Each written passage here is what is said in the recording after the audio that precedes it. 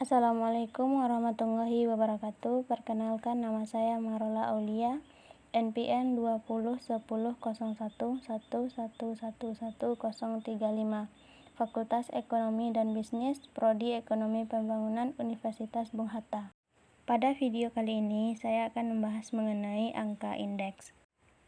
Pengertian angka indeks. Angka indeks atau indeks adalah angka yang dipakai sebagai alat perbandingan dua atau lebih kegiatan yang sama untuk kurun waktu yang berbeda.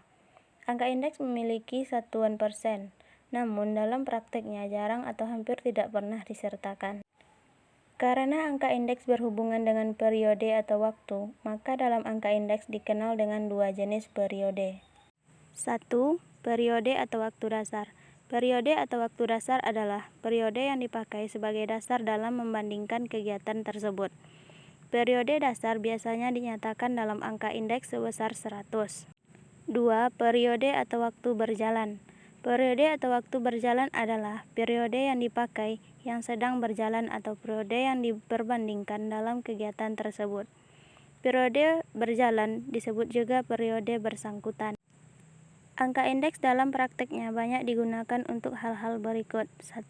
Membandingkan dua nilai, baik berupa dua nilai berpasangan, yaitu suatu nilai tunggal dengan nilai tunggal lain dari variabel yang sama, maupun berupa dua nilai yang tidak berpasangan, yaitu suatu nilai dengan serangkaian nilai dari suatu variabel.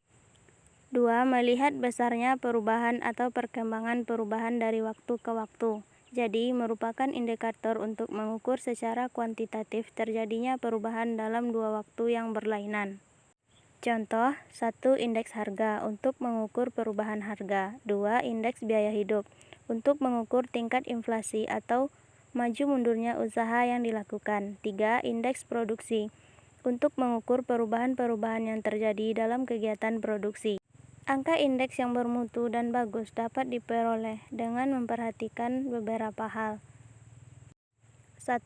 Perumusan tentang macam data. Dalam merumuskan macam data yang akan dibuat, angka indeks hendaknya sesuai dengan tujuan penggunaan angka indeks tersebut, serta harus menggunakan ukuran yang sama. 2. Pemilihan periode dasar. Dalam pemilihan periode dasar ada beberapa hal yang perlu diperhatikan. 1. Periode dasar hendaknya merupakan periode tahun yang mempunyai keadaan perekonomian relatif mantap atau stabil. Periode dasar jangan terlalu jauh dari periode-periode yang dibandingkan. 3. Untuk keperluan tertentu, periode dasar tidak perlu ditetapkan, sebab telah ditetapkan dari tujuan penggunaan angka indeks bersangkutan. 3. Pemilihan penimbang. Penimbang merupakan ukuran lain atau hal lain yang dimasukkan ke dalam pembuatan angka indeks, agar angka indeks tersebut dapat terlihat lebih akurat. Penimbang diperlukan dalam hal-hal khusus. Selanjutnya, jenis-jenis angka indeks. Berdasarkan penggunaannya dalam bidang ekonomi, dikenal 3 macam angka indeks, yaitu indeks harga, indeks kuantitas, dan indeks nilai. Jenis-jenis angka indeks dapat dikelompokkan berdasarkan penggunaan dan cara penentuannya. 1. Jenis-jenis angka indeks berdasarkan penggunaannya. A. Indeks harga atau price index. Indeks harga adalah angka indeks yang dipakai untuk mengukur atau menunjukkan perubahan harga barang, baik satu barang maupun sekumpulan barang. Dalam hal ini, indeks harga menyangkut persentase kenaikan atau penurunan harga barang tersebut. Contoh, indeks harga konsumen, indeks harga perdagangan besar, indeks harga yang dibayarkan atau diterima petani. C. Indeks nilai atau value index. Indeks nilai adalah angka indeks yang dipakai untuk melihat perubahan nilai dari suatu barang atau sekumpulan barang, baik yang dihasilkan, diimpor maupun diekspor. Contoh, indeks nilai ekspor kopra, indeks nilai impor beras. 2. Jenis-jenis angka indeks berdasarkan cara penentuannya. Berdasarkan cara penentuannya dikenal 3 macam angka indeks, yaitu indeks tidak tertimbang, indeks tertimbang, dan indeks rantai. A. Indeks tidak tertimbang. Indeks tidak tertimbang adalah angka indeks yang dalam pembuatannya tidak memasukkan faktor-faktor yang mempengaruhi naik turunnya angka indeks. B. Indeks tertimbang. Indeks tertimbang adalah angka indeks yang dalam pembuatannya memasukkan faktor-faktor yang mempengaruhi penimbang naik turunnya angka indeks. B. Indeks tertimbang. Indeks tertimbang adalah angka indeks yang dalam pembuatannya memasukkan faktor-faktor yang mempengaruhi penimbang, naik turunnya angka indeks. C. Indeks rantai. Indeks rantai adalah angka indeks yang disusun berdasarkan interval-interval waktu yang berurutan atau angka indeks yang dipakai untuk membandingkan suatu waktu tertentu dengan waktu kapan saja sebagai waktu dasar.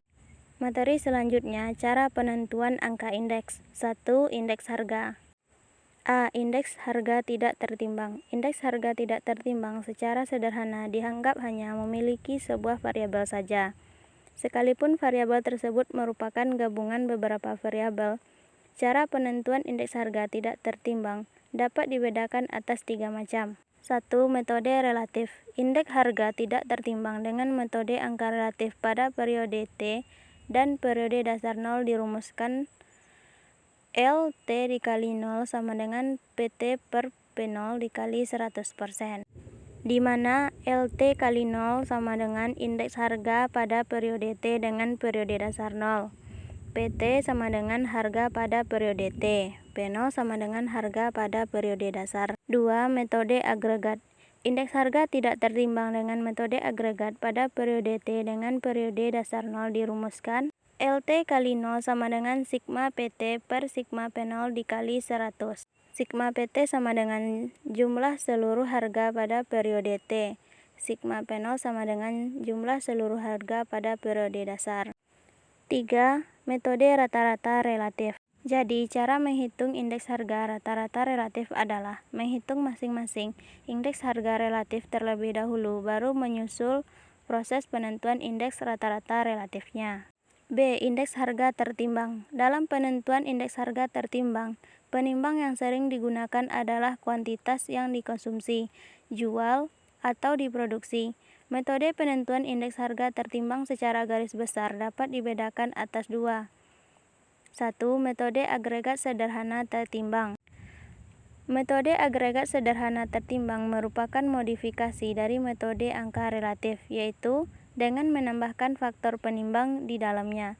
Indeks harga tertimbang dengan metode agregat tertimbang pada periode T dan periode dasar 0 dirumuskan LT kali 0 sama dengan sigma P1 dikali W dibagi sigma P0 kali W dikali 100%, di mana W adalah nilai penimbang.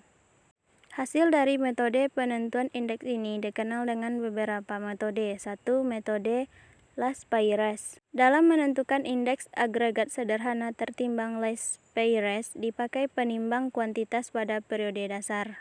B. Metode Paschen.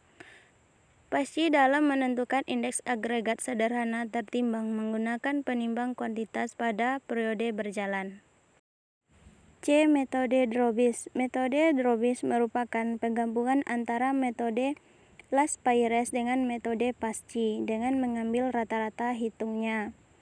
Indeks itu dikenal sebagai indeks Dробis dalam bentuk rumus ID T kali 0 sama dengan IL T kali 0 dikali IP T kali 0 per 2. D. Metode Fischer. Seperti halnya metode Dробis, metode Fischer juga merupakan penggabungan antara metode Laspeyres dan metode Paschen dengan mengambil rata-rata ukurnya. Metode Marshall-Engelsworth. Metode penentuan indeks agregat sederhana tertimbang yang lain adalah metode Marshall-Engelsworth. Metode itu menggunakan penimbang total kuantitas dari periode berjalan dengan periode dasar. 2. Metode rata-rata tertimbang. Metode rata-rata tertimbang juga merupakan pengembangan dari metode angka relatif, yaitu dengan memberi timbangan pada angka relatif. Pemberian timbangan menggunakan prinsip rata-rata hitung, sedangkan penimbang biasanya berupa nilai barang yang dikonsumsi atau dijual atau diproduksi. 2. Indeks kuantitas. Penentuan indeks kuantitas pada dasarnya sama dengan penentuan indeks harga, sehingga metodenya juga sama, tinggal mengganti macam variabelnya saja. Jika pada penentuan indeks harga berkisar pada perbandingan antara PT per P0, maka penentuan indeks kuantitas akan berkisar pada perbandingan kuantitas Q1 per Q0. Untuk penentuan indeks kuantitas tertimbang, harga harus dibuat konstan agar perubahan kuantitas dapat diukur bebas dari pengaruh perubahan harga. Misalnya, pada penentuan indeks harga tertimbang yang mengkonstankan kuantitas agar perubahan harga dapat diukur bebas dari pengaruh perubahan kuantitas. Rumus-rumus penentuan indeks kuantitas yang sering digunakan. A. Indeks kuantitas tidak tertimbang. 1. Metode angka relatif. IK T dikali 0 sama dengan QT per QN dikali 100. 2. Metode agregat. IK T dikali 0 sama dengan sigma QT per sigma Q0 dikali 100. 3. Metode rata-rata relatif. IK T dikali 0 sama dengan sigma dikali QT per Q0 dikali 100%. B. Indeks kuantitas tertimbang. 1. Metode Laspeyres. 2. Metode Paasche. 3. Metode Dробis. 4. Metode Fisher. 5. Metode Marshall and de Goron. 6. Metode rata-rata tertimbang. 3. Indeks produktivitas. Indeks produktivitas adalah yang ekonomis atau indeks yang dipakai untuk mengukur rasio atau perbandingan antara output dan input. Indeks produktivitas dapat ditentukan dengan menggunakan rumus LPT-OD sama dengan produktivitas periode T dibagi produktivitas periode dasar dikali 100%. 4. Indeks nilai. Penyusunan indeks nilai dapat dilakukan dengan menggunakan rumus IN T dikali 0 sama dengan sigma PT dikali QT per sigma P0 dikali Q0 dikali 100%. Materi selanjutnya yaitu indeks rantai. Indeks rantai merupakan perbandingan yang bersifat pasangan atau disusun secara berantai dari tahun ke tahun.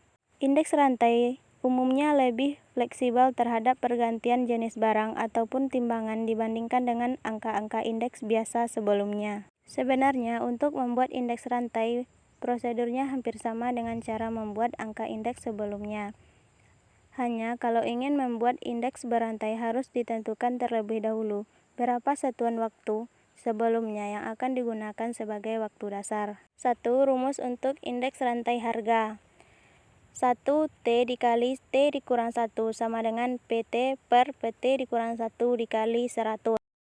Materi selanjutnya yaitu mengubah tahun atau periode dasar.